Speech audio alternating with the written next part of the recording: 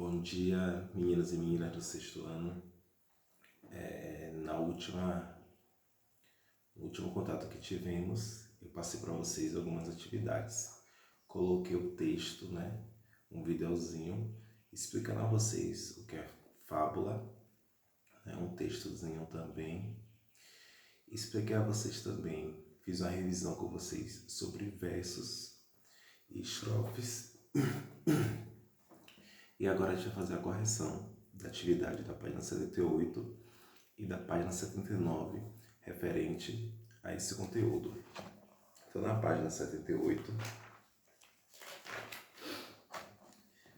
a atividade ela começa com um texto, A fábula.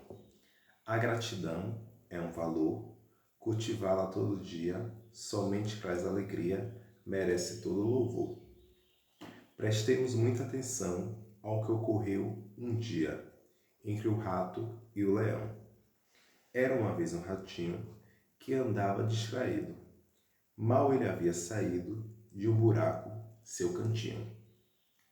Deu de cara com o leão, um imenso animal. Logo pensou, estou perdido. Mas o leão foi legal. Livrou sem perigo o ratinho com alegria. Prometeu, conte comigo se precisar algum dia. O leão quase sorria, pois pareceu caricato. Como ele precisaria da ajuda de um rato? Mas eis que um belo dia, numa armadilha, caiu, esperneou e rugiu, e a rede não cedia. Então o rato acudiu e começou a roer. A rede pôs-se a ceder e logo o leão fugiu. Constatou-se uma vez mais, nas voltas que a vida dá, a graça retribuída mostrou do que é capaz. Pronto. Então esse foi um texto, falando a questão do rato e do leão. Vamos lembrar que as fábulas, elas sempre trazem uma mensagem no final, uma mensagem, um aprendizado para a gente. Então a gente tem aqui a primeira questão. A fábula é um gênero textual, geralmente curto, que apresenta animais como personagens e, às vezes, também objetos animados. Eu pedi até para que vocês criassem uma fábula também, e falei que na fábula, os animais, eles possuem vozes, as árvores podem falar também. Então, todos os elementos que são seres inanimados, na fábula, eles podem ter vida. Então, letra A. Essa característica se verifica na fábula O Leão e o Rato?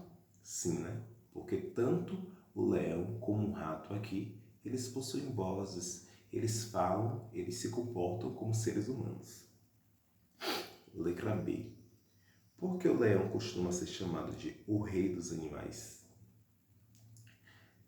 Porque ele é um predador que pode atacar qualquer espécie, Então, normalmente nas histórias, todos os outros animais têm medo do leão. Então ele é considerado o rei justamente por isso, por ele ser um predador forte que pode trazer medo às outras espécies animais. Letra C. Por que o ratinho, ao ver o leão, pensa, estou perdido?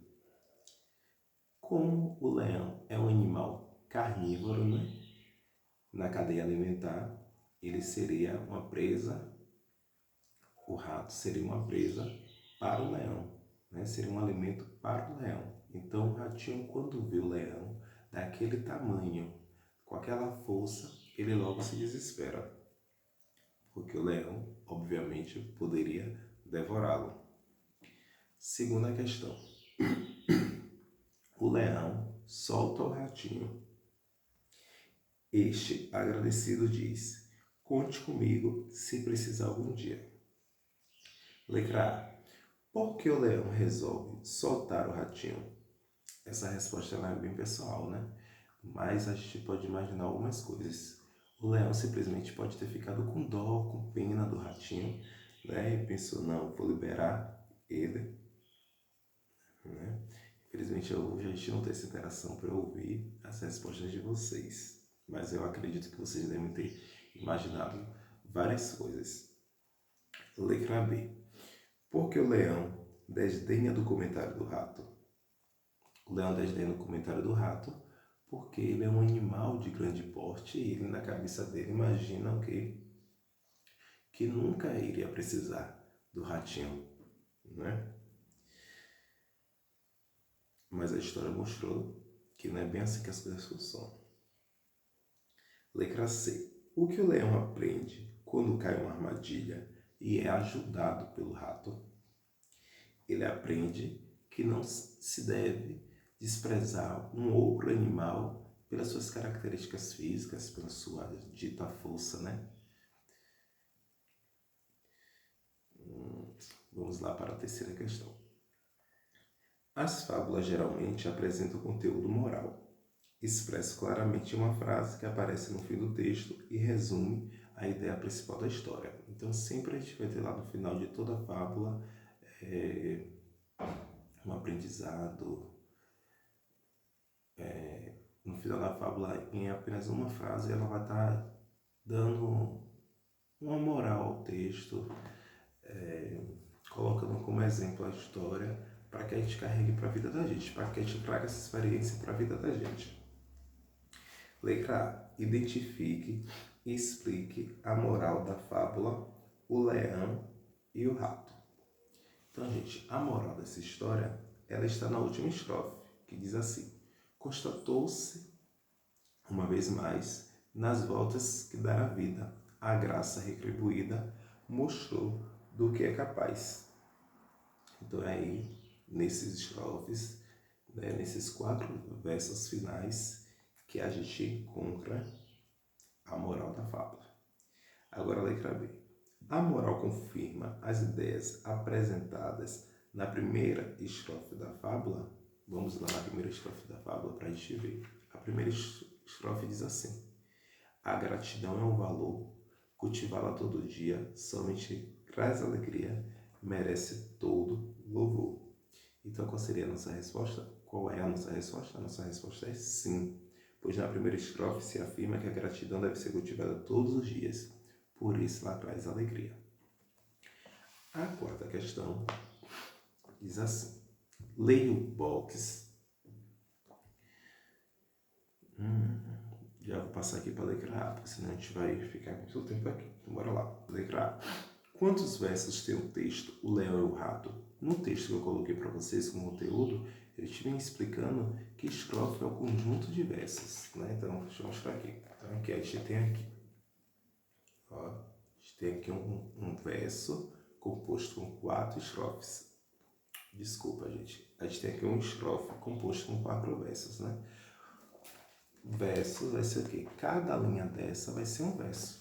Então, em cada estrofe, aqui a gente tem estrofes aqui de 3 versos, estrofes de 4 versos. Mas ele quer saber, no texto inteiro, quantos versos tem no texto? Se a gente for contar aqui, a gente vai ver que o texto possui 35 versos, certo? A letra B. Considerando que um grupo de versos se chama estrofe, quantas estrofes tem a fábula O Leão e o Rato? Simples. A gente vai contar cada conjuntinho desse daqui de versos, esses conjuntos de versos que são chamados de estrofes. Então a gente vai encontrar aqui quantos estrofes? 9 estrofes.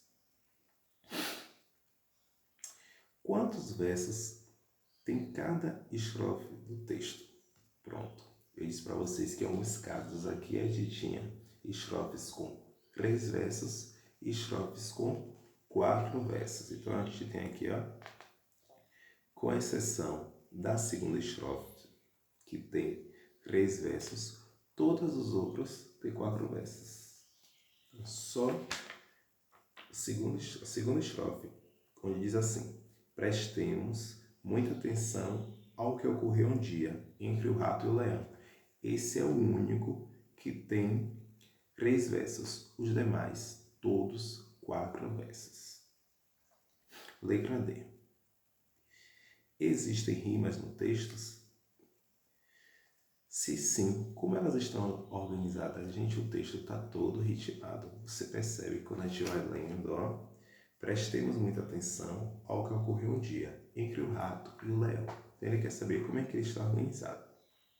Então já sabe que existem as rimas, e as rimas estão organizadas da seguinte maneira. A maior parte das estrofes apresenta as rimas com esquema ABBA, e a quinta e a sexta tem um esquema ABAB, e a segunda e a quarta fogem a essa estrutura. Depois, quando a gente estiver tendo o contato, eu vou explicar a vocês como é que a gente percebe e como é que a gente faz esse esquema, certo? Quinta questão. É comum os poemas apresentarem uma linguagem figurada. Vou passar aqui para a letra A. Qual o sentido do verso nas voltas que dará vida, que apresenta linguagem figurada? A gente já viu, as figuras de linguagem, a gente aprendeu um pouco sobre linguagem figurada. Bora aqui. A gente tem aqui, a resposta seria a da letra A. Nas alterações ou mudanças que a vida sofre. Quando ele fala assim, nas voltas que a vida dá, não está querendo dizer que a gente vai ficar andando em volta, não. Ele está trazendo aí uma figura de linguagem. Ele está querendo falar da questão da alteração que a vida pode nos dar. Quem diria que a gente estaria passando por esse momento hoje? Não. Aqui é uma forma bem clara de como a vida se comporta. A gente está vivendo aqui agora, a gente não sabe o que vai acontecer daqui a pouco. Então são essas voltas que a vida dá. Às vezes a gente está muito feliz, daqui a pouco vê uma notícia que nos deixa triste. Pronto, é essa volta que a vida dá, que ele está querendo dizer. Então, a linguagem figurada no texto seria essa daí. Letra B. Releia estes versos. Então, o rato acudiu e começou a roer. A rede pôs-se a ceder e logo o leão fugiu.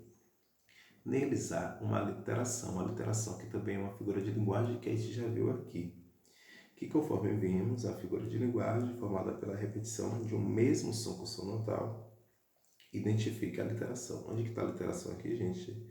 A literação está no fonema R, quando a gente fala rato, roer e rede. Perceba que a gente está repetindo esse fonema, e quando a gente tem a repetição do fonema, a gente chama de aliteração. Letra C. A linguagem está de acordo com a norma padrão da gramática, da literatura que a gente costuma utilizar. Ela é mais formal ou mais informal? Gente, a linguagem está sim de acordo com a norma padrão, certo? E tem algumas marcas de informalidade, justamente para que, normalmente, as fábulas, ela tem essa característica, Ela vai estar presente nela, marcas de formalidade, para que fique mais próximo de quem estiver lendo. A linguagem está mais próxima da nossa linguagem que a gente utiliza no nosso dia a dia. Pronto. A sexta questão, eu pedi para que vocês não fizessem. Depois, acredito que a gente volte, a gente tem esse momento para discutir em grupo essas questões. Certo, pessoal? Pedi para que vocês fizessem, Agora é a sua vez, em casa, criassem e me enviassem. Infelizmente, eu não recebi de todo mundo a fábula. E agora, vocês irão fazer, que são questões de marcar. São 10 questões, são 8 questões da página 82 até a página 85. É mais ou menos um resumo de tudo que a gente viu até aqui, certo? Então vocês vão ler com bastante atenção. São questões interativas, todas têm textos ou tiras aqui. Então vocês vão ler as perguntas, responder e enviar para mim, tá bom? Tenham todos uma ótima semana e até semana que vem. Beijo!